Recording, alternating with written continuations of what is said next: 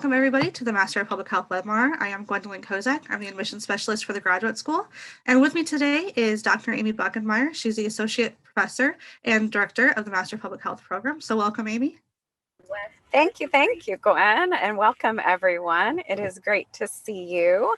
We will go ahead and get started. I've got some slides to run through. I'll run through a little bit about the program, and then I will hand it over to Gwen, and she's going to tell you a little bit more about the admission process. And full disclosure, let me go ahead and share my screen. Oh, thank you. It's so awesome to see faces. So let me go ahead and share my screen. I will be momentarily. All right. Gwen, give me a thumbs up if you can see that, please. I absolutely can. Oh, excellent. All right. So welcome, everyone. As Gwen said, my name is Dr. Amy Buckenmeyer. I'm going to share with you a little bit today about our Master of Public Health program, which actually has some exciting new additions to it that haven't quite been updated on the website yet. So it's perfect that you guys are here today. We'll go ahead and dive into the program itself. So the program itself is either a 1-year or a 2-year program. We do have an accelerated track where students can complete the MPH degree in just one full calendar year. But we also have the traditional 2-year track where students can complete that a little bit of a slower pace. We do have 2 concentrations on the website. You've probably read about our global health concentration, but we also are adding an epidemiology concentration. That epidemiology concentration will kick off this summer and fall. And so I'll let you know more about that as we walk through the program. So we are an interprofessional program. We are online and we have highly interactive classes.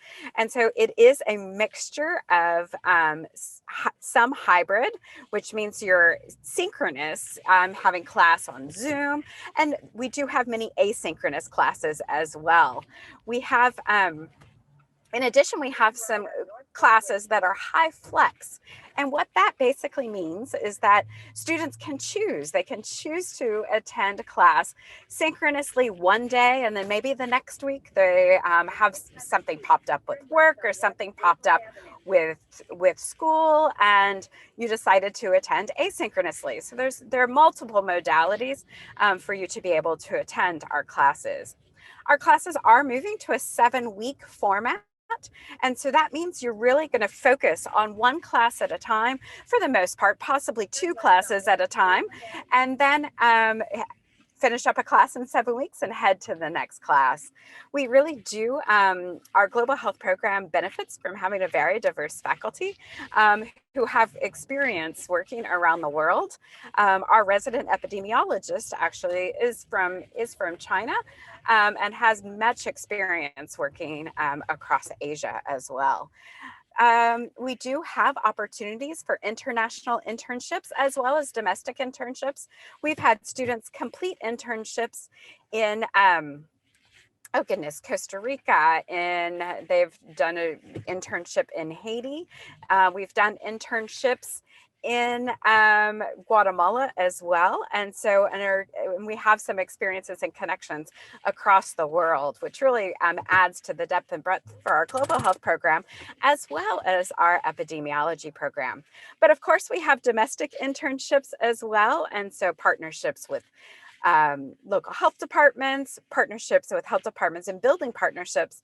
No matter where you are, we can connect you with an internship, be it domestically located or internationally located. We do have a rolling admissions process. So as soon as you get those applications in, which Gwen will talk about in just a bit, we'll get you through the pipeline and into classes pretty quickly.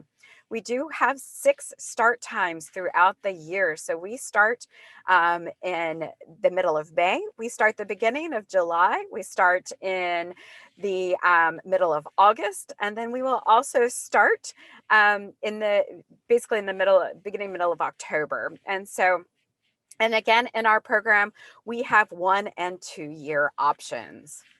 So speaking of that program, let's just kind of dive in a little bit. I'm talking about the 2-year program now, but these classes can be stacked. So both falls and both springs can be stacked, and you'll see how that works in order to complete the program in a single calendar year. So many of our classes follow the public health core curriculum, where you're looking at having an environmental health class. We dig into public health policy, leadership, and administration. We have social behavioral cultural class. We do have one elective in the program as well, and many opportunities to take graduate level electives across many different departments at Valpo. We do have our Principles of Epidemiology class, which is also a base class in our epidemiology concentration. Then when we have the either or, this is where students would break off into either the global health concentration or the epidemiology concentration by taking global health systems or applied epidemiology, and those classes are offered during the summer. In summer 2, we have biostats. And again, the division, if you're a global health student in global health concentration, you would take reducing global health disparities. But if you were a student in the epidemiology track, you would take applied health data analysis. Then moving into fall 3 and fall 4, these are where the classes can be stacked if you decide to do our accelerated program and finish the program in just one calendar year, which is a great bridge opportunity to many other degrees as well. We know that there are a lot of people that enter into the public health arena wanting to learn more about public health before they go into graduate degrees in nursing or graduate degrees in medicine. So there are many opportunities to consider the time frame that you want to complete the degree. So in fall, you're in fall 3. So fall 3, this would be the biologic basis of disease class. And then again, you have that split between the global health concentration, which takes community-based participatory research, and then the epidemiology concentration, which would take epidemiologic research methods. Then in fall 4, we've got program planning, management, and evaluation. That's where you get into really, you're pulling all of your curriculum together and learning to develop public health programs to promote health, prevent disease, and in many different areas. So again, we really want students to integrate into those real world experiences early on in their curriculum. So that way, after graduation, they can go right into a career path and into a job. So then both of our concentrations, both our global health concentration as well as our epidemiology concentration, takes global health epidemiology. Then in spring year 3 and spring year 4, you have internship and capstone. But again, because you can enter at any point throughout our entire curriculum, the only requirement is that these 2 classes are the classes that you're taking last. So there'll be a lot of flexibility across all 6 of our entry points to be able to pick up these 2 classes. In your internship, you're actively working with a public health professional in the field, and again, at a location that you desire. Many students choose to go into their internship in places where they might ultimately get a job. And so it certainly is an exciting time. We've got our students in our internship right now and are excelling in those areas where they are desiring to work. Then the capstone is basically an evaluation of your internship. And so it's looking at whatever you did in your internship, whether it's an implementation project or an evaluation project. In your capstone, you're really reflecting upon that project using all of the skills and knowledge that we've given to you over the course of the program to evaluate that internship opportunity. So as I mentioned, the 2-year program can become an accelerated 1-year program by basically stacking those classes. The classes in each of the previous slides is offered in that term, but again, you can start in spring, you can start in summer, you can start in fall, and we have 2 entry points in every term. And so there's lots of opportunity for you all to enter into the program, and we can get you into the pipeline pretty quickly as well. So I am going to hold questions until Gwen has the opportunity to walk through the slides, but I'll be here for the duration and I look forward to hearing your questions. Gwen? All right, thank you, Amy, for that fantastic overview. So I'm going to start off by introducing the graduate school, and I'll start by introducing the admissions team. So that is comprised of Ryan Segali, the Director of Graduate Enrollment Admissions, Monica Perez, the Assistant Director of Graduate Admissions, and myself, Gwendolyn Kozak, the Admissions Specialist. Followed by us, there is the Administrative Assistant to the Dean. She kind of handles the financial questions and anything administratively within the graduate school, and her name is Marcia Gerhardt. And then we have Jessica Segali and Stephanie Kincaid, and they are the Student Services Division. So they handle students up once they actually enroll, while admissions handles them up to the point of matriculation. So once you're a student and you enroll, Jessica and Stephanie will be your main points of contact. And then we have AJ Stevens, who is our fantastic marketing coordinator, and you probably saw a lot of her ads and things when you were looking at this webinar.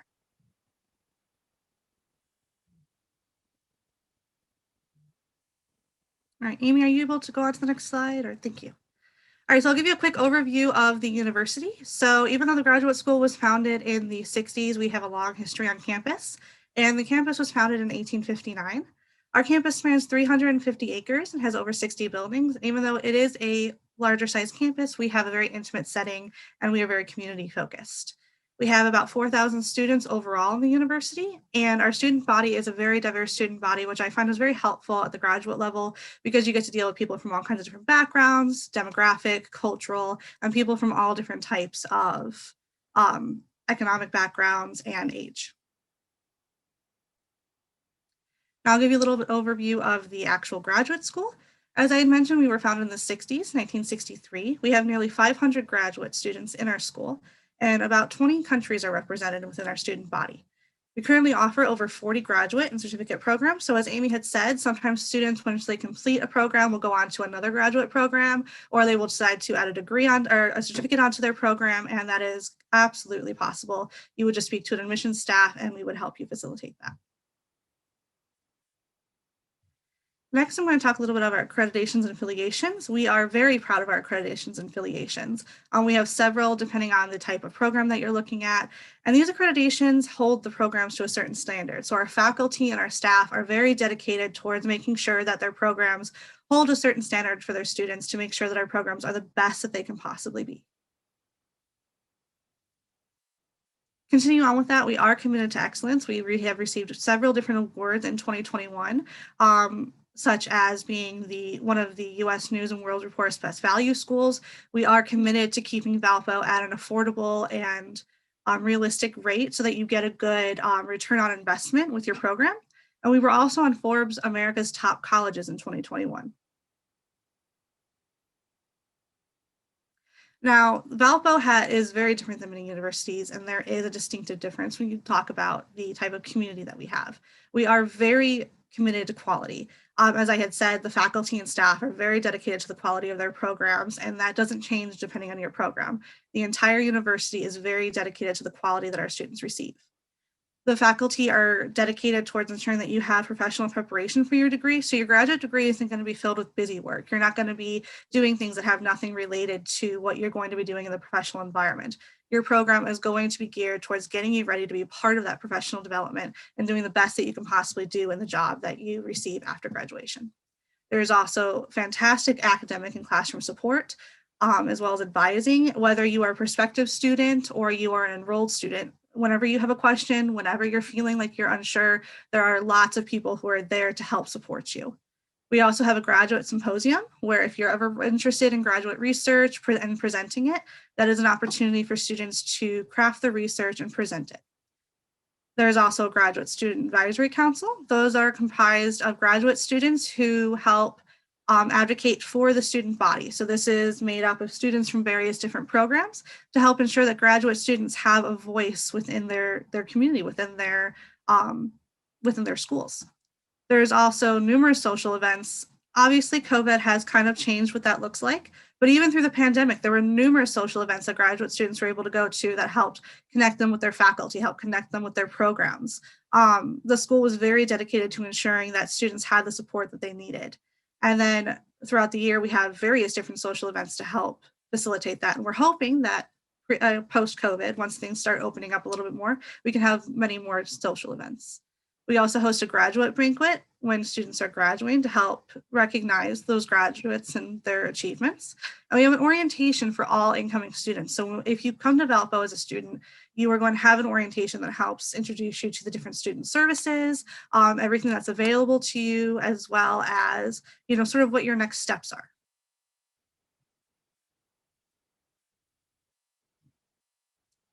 Next, I want to talk about early entry degree programs. This is for current Valpo undergraduate students, and you should really start thinking about this around the middle to the end of your junior year. These are classes that you take in your senior year, and they count towards your graduate degree as well as your undergraduate degree. If you are interested in early entry, I would greatly advise you to talk with your advisor. Many of them will be more than happy to help you facilitate what it takes to get into the early entry program. And this is a great program because not only do you save time with there only being approximately an extra year after you graduate, but you can save up to $8,000 in your tuition, which when you're thinking about graduate programs, that is a huge savings. There are so many different programs that are available for early entry. So just talk to your advisor, tell them what program you're interested in, and they will help see whether or not that fits into the early entry degree programs. Next, I'm going to talk a little bit about what that process would look like. So like I said, talk to your undergraduate advisor. That's the first step. They will help connect you with the graduate school admissions staff, and then we will help you make sure that you apply for the appropriate program, fill out the correct application, that you're matched up with a graduate school advisor, and that you are able to complete your early entry worksheet and register for classes alongside your advisor. You are going to be assisted by both the graduate school and your undergraduate advisor the entire way. So you're not going to have people that you're not familiar with. They're going to know your program. They're going to know what you're doing, and they're going to help you through every step of that way. Now I'm going to talk a little bit about the admissions requirements for U.S. applicants. So the first thing to do is to complete an application profile. A lot of people get confused and they think they have to have all the materials before they submit an application. And that's not true. We want you to submit your application first because that's going to put you in our system and allow you to see your checklist and get access to your online recommendation form. And that checklist is going to be specific to your program so that you're able to see exactly what you need. You'll also be able to see when things are checked off. So say you submit your recommendation letters, you'll get a green check once those are received, so you'll know that you have your materials received. You'll also have to pay an application fee, which anyone that attends a webinar like this or visit day or any of those events, they automatically get their application fee waived. So if you do apply to one of the graduate programs and you wish to have your application fee waived, just feel free to email the graduate school and we'll help facilitate that for you. You'll also have to submit a reflective essay. We do ask that it is 1 to 2 pages, double spaced. And this just kind of summarizes why you're looking at the program. Why public health? Why do you want to be a part of that world? How are you interested in the program? Why are you applying to Valparaiso University specifically? What are your professional goals? What do you want to do with your degree? We also ask that you submit recommendation letters. The Master of Public Health program does request that you have 3 professional letters, and one of them is waived for Valparaiso University graduate students. The easiest way to get your recommendation letters submitted is through the online recommendation form. This is the quickest way to the graduate school. It goes right to our system. We do, however, accept recommendation letters through email or sent to us directly in some other manner. We do ask that you submit your unofficial transcript or your official transcripts. Unofficial transcripts can be used for admissions purposes. We can use it to evaluate whether or not you fit into the program, but you will need to submit your official transcripts before you enroll in classes. That is incredibly important. A lot of universities have parchment services where you can actually submit your official transcripts electronically. This is the fastest way to submit them because they go right to the graduate school email. We're able to just download those automatically. However, if your school does not have a parchment service, you can email them to the graduate school and they can be uploaded into your profile. Next, I'll go on to the application requirements for international applicants. It's not that dissimilar to U.S. applicants. You still have to have your reflective essay, your recommendation letters, and your official transcripts. However, with transcripts, we request that you have both the original copies and the English translation copies. We are familiar with a lot of different universities from abroad, but we will need that translation in order to ensure that we're able to match you up with the program. We also require a proof of English proficiency. We accept the IELTS, the TOEFL, the PT tests, as well as if you complete an ESL program. At this time, we do not accept the Duolingo test. I know that's a question that a lot of students send to me, but we do require, like I said, the IELTS, the TOEFL, and the PT.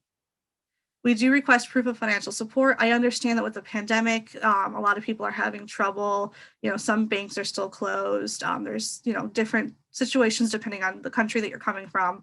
We can waive the proof of financial support for admissions decisions. However, keep in mind that if you, in order to get your I-20 issued and to book your visa appointment, you will need to give us proof of financial support. And that can be emailed to the graduate school, or it can be uploaded directly to your portal. We will also need a copy of a valid passport. Now I'll go on to a little bit about the application process. So once your application is completed, and that means all your checklist materials are received and marked off, and you've got nothing left to submit, it will go on to admission review. That's where the admissions team reviews your application, make sure that there's no materials that might be missing or something that might be off. Once we deem you complete and ready to move on to program director review, this is typically where it takes the longest, because the program director combs through your application. They make sure that everything's how it's supposed to be, that you do fit for this program. They make any recommendations that they might have. And then it goes on to the dean review, which is your last step before you get your letter. Now, the offer letter process is fairly simple. You get an email notification once your decision has been processed. And that email decision is really easy to see. You can see it right through your portal if you can't find the email. And it's all electronic. We will send you an electronic admissions letter as well as mailed admissions letter. So the mailed admissions letter can have a slight delay depending on what country we're sending it to, but you will get a mailed copy. Once that's done, you get access to your intent to enroll form. This is found on your portal, and it's very important to submit. Without that intent to enroll form, we don't know that you have intent to enroll and that we should start putting you in the process to register for classes. So if you get to that point and you're at your intent to enroll form, a lot of people get confused by it, or they simply can't find it because they're confused by the portal or something happened. Please feel free to email the graduate school and we will help you fill out that intent to enroll form. Once you do that, you go on to registration and orientation. This is where you actually register for classes. You learn about the graduate school, you learn about your program. You're kind of in your last step before you come to campus and start taking classes. And I'm going to go just briefly over different tuitions and fees. On the Master of Public Health program is $715 per credit hour, as well as the Master of Science in Nursing. And the credit hours for the Master of Public Health program are 42, which brings the tuition to about $30,030. Financial aid, if you are a domestic student, you have to complete the FAFSA if you wish to gain financial aid. Without that FAFSA, the school doesn't know sort of your government loan status and all of that. The FAFSA for this school year would be the 2021-22 FAFSA, and that applies for any summer programs on. So if you're looking at starting in the summer, you're still going to want to fill out that 2021-2022 FAFSA. Half-time or more does receive aid. You do have to be at least half-time. And the maximum federal unsubsidized loan limit is $20,500. There are summer loans available, and the financial aid office can make adjustments depending on your situation or your FAFSA information. If you have any questions about financial aid, you can email the Office of Financial Aid at finaid@valpo.edu, and they'll be able to answer any questions you might have, or if you're unsure about how to fill out the FAFSA or anything like that.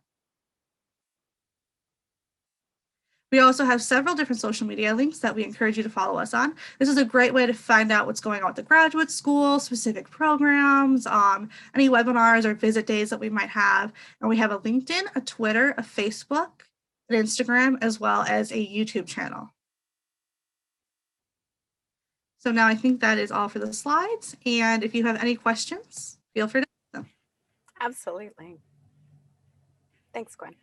Yeah. Do you all have any questions? But one of the things I'd like to mention in closing, and I'll stick around for a minute or two longer if anyone does, a question pops to your mind, is one of the things that's very unique about Valpo is that you will develop relationships and rapport with your faculty. We have open door policies. We look at ourselves as mentors in the process. We've had very successful we have had a lot of success, I guess I should say, in our students becoming employed immediately after graduation. Actually, even prior to graduation, I have currently students who are entering into the job market right after they graduate. So our career placement rate is very high, and it just is one of the benefits of having different opportunities to either engage in research or engage in faculty projects, engage with faculty in a mentoring relationship to learn more about our interests in our individual fields. And so I would highly encourage you. Many of our students have often called our program more of like a family environment. You get to be close with your peers and also close with faculty as well. And so that's one of the reasons why I love teaching at Valpo. And I've been in all sorts of different schools before, of all sorts of different sizes, but Valpo really is like home. So any questions? All right. Well, I thank you so much for your attendance. Gwen, thank you so much for bringing in the graduate school perspective. And if anyone needs anything at all, I will go ahead and put my email address into the chat, and we will head off for the day. Yeah, so if you have any additional questions as well as emailing, I mean, you can email the graduate school. We can put you either in contact with her if you forgot her email, or we can help answer any admissions or questions that you have. All right. Thank you all so much. Have a great day.